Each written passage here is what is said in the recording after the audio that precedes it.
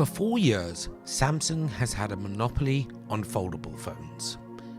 However, in the 12 months since it launched the Z Fold 4 and Z Flip 4, Samsung has seen a huge number of competitors launch their first foldables. Now, it's time for Samsung's response. This is the new Galaxy Z Fold 5 and Galaxy Z Flip 5. Let's start with the most obvious change. While others have launched foldables with little or no gap, Samsung's U-shaped hinge design has been glaring for the wide gap it leaves when folded and the large crease it creates. Everyone else? Well, they use a teardrop hinge, and the result? A far less visible crease and the aforementioned little to no gap.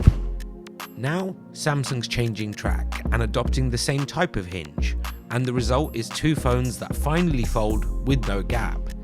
The hinge is still rigid as in previous years, but the crease is reduced and the hinge can still flex to any position. For more on hinges, I highly recommend you check out Michael Fisher's video, who was also grateful enough to let me borrow some of his footage.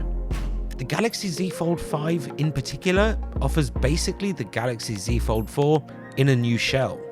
The Fold 5 is 11 grams lighter and slightly shorter, but it still feels identical in the hand. The display is the same, as are the cameras, the overall software experience, and even the charging speeds. Even the battery size is the same, although both phones get the latest Snapdragon for Galaxy processor that does deliver better battery life. For many people, the lack of real changes will be a problem. All of Samsung's rivals have adopted wider, shorter designs and ultimately are forcing customers to choose which design is more comfortable. Look, I personally prefer the taller, narrower design of the Z Fold because it's more easily used in one hand when folded, but everyone I speak to prefers the opposite. For Samsung, this presents a problem. It almost feels like they got caught by surprise at the amount of competition. Google has launched the Pixel Fold in the US, and OnePlus is expected to launch theirs later this year. Despite there being few changes, the Galaxy Z Fold 5 still feels great to me. I think Samsung really nails multitasking, and they understand the big screen experience. There's nothing new per se here, but it doesn't truly matter because, in my opinion, the UX is already the best. I've recently used 5 rival foldables, including Google's Pixel Fold, and none of them come close to Samsung's software. Samsung's approach to software is why I keep coming back to the Fold, but also why I'm disappointed in the new Galaxy Z Flip 5. The Z Flip range is the better selling of Samsung's foldable lineup, and the Galaxy Z Flip 5 finally brings a much larger front display. Taking cues from Motorola and the new Razr Plus, the Flip 5 features a display that takes over the front of the phone. Unlike Motorola though, you're limited in what you can actually do with it.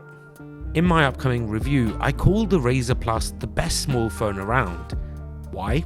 The front display acts just like a full Android phone, and it lets you play games, run apps, reply to notifications with a full keyboard, browse social media, and do so much more. In comparison, the Galaxy Z Flip 5 feels fairly limited.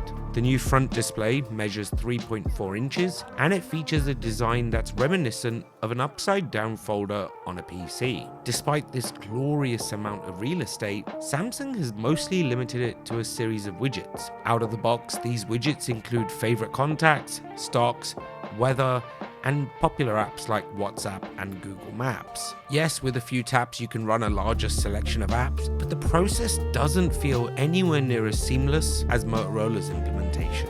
The Razr Plus also feels more fun than the Galaxy Z Flip 5. There are some awesome games, you can run any app with just a tap, and there's even a native Spotify widget. Samsung's approach just doesn't feel as complete. Both let you run a specific keyboard on the front, but while Motorola uses the very popular Gboard, you have to use Samsung keyboard on the Galaxy Z Flip 5. For a lot of people, this is a deal breaker. In previous years, the Flip 5's new front display would be enough of an improvement. This year, however, the Razr Plus is just as good. Where the Razr Plus falls short is the camera, and this is where the Flip 5 should hopefully be the better of the two. That's not because the Flip 5 has upgraded cameras, but rather it has the same cameras as the Flip 4, which are already better than the Razr Plus. Samsung could still launch a whole set of new experiences for the cover screen after launch, but at first glance, the Flip 5 is on par with the Razr Plus. No one expected Motorola to achieve that a year ago, and it means that Samsung has real flip competition in Western markets for the first time ever. The Flip 5 comes in 4 new colors: cream, graphite, lavender, and my favorite, mint. It will launch on August 11th for $999.99, and it comes with 8 gigs of RAM and either 256 gigs or 512 gigs of storage. The Fold 5, meanwhile, comes in 3 new colors: phantom black, cream, icy blue. It also launches on August 11th for $1,799.99. It comes with 12 gigabytes of RAM as standard and 256 gigs of base storage, although you can upgrade it to 512 gigabytes or 1 terabyte. Before seeing the Flip 5 and Fold 5 last week, I thought I was certain about recommending them. I am every year. After seeing them for a 2-hour exclusive preview session, I am less sure. With so much competition and the Pixel Fold featuring an excellent camera with 5x optical zoom, the cameras on the Galaxy Z Fold 5 feel tired. There's been little innovation there for a couple of years, and in the meantime, everyone else is doing much better. I struggle to see how the Fold 5 cameras can truly compete right now. The design of the Fold 5 won't be for everyone either.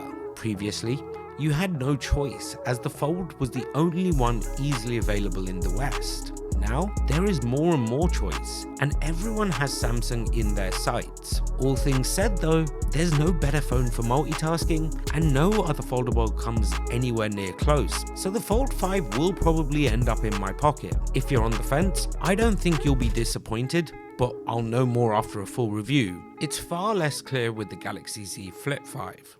Based on my first impression, I'll probably keep the Razr Plus in my pocket instead. I had truly hoped the Galaxy Z Flip 5 would be the best flip phone right now, but I have a sneaking suspicion that the Razr Plus might be slightly better overall.